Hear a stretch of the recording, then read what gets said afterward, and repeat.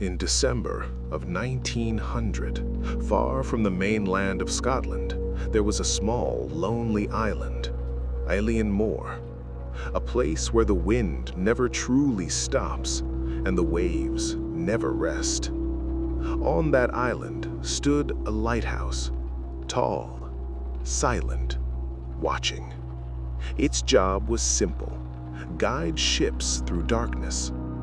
Inside that lighthouse lived three men: James Ducat, Thomas Marshall, and Donald MacArthur. They were not afraid of the sea. They had lived with it, worked with it, trusted it. That was their first mistake. Days passed quietly. The routine never changed. Clean the lamps, check the oil, watch the horizon, wait, repeat. The kind of life where nothing happens until something does. On the night of December 15th, a ship passed by the island. The crew looked toward the lighthouse, waiting for the familiar glow.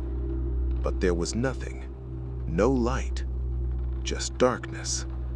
At first, no one thought much of it. Storms could block the view, fog could hide the light. But deep down, something felt wrong. Days later, a relief ship was sent. It arrived on December 26th. The sea was calmer now, too calm. As the ship approached, there was no movement on the island, no signal, no sign of life. One man stepped off the boat.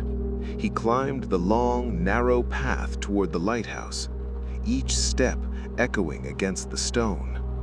The wind whispered around him, like it knew something he didn't. He reached the door. It wasn't locked. He pushed it open. Inside, everything was still. The table was set, chairs slightly pulled back, a meal untouched.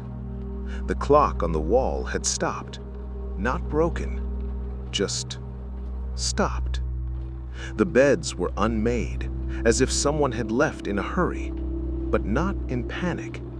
No signs of struggle, no chaos, just absence. He called out. No answer. He checked every room, every corner, every shadow. Nothing. Three men, gone. But one detail stood out. One of the raincoats was still hanging inside, which meant someone had gone out into the storm without protection. That didn't make sense. These were experienced men, careful men, men who respected the sea. So why would they all leave? Because that was the rule. One man always stays inside, always. But that day, no one stayed. The search moved outside, toward the edge of the island, toward the cliffs. And that's when they saw it.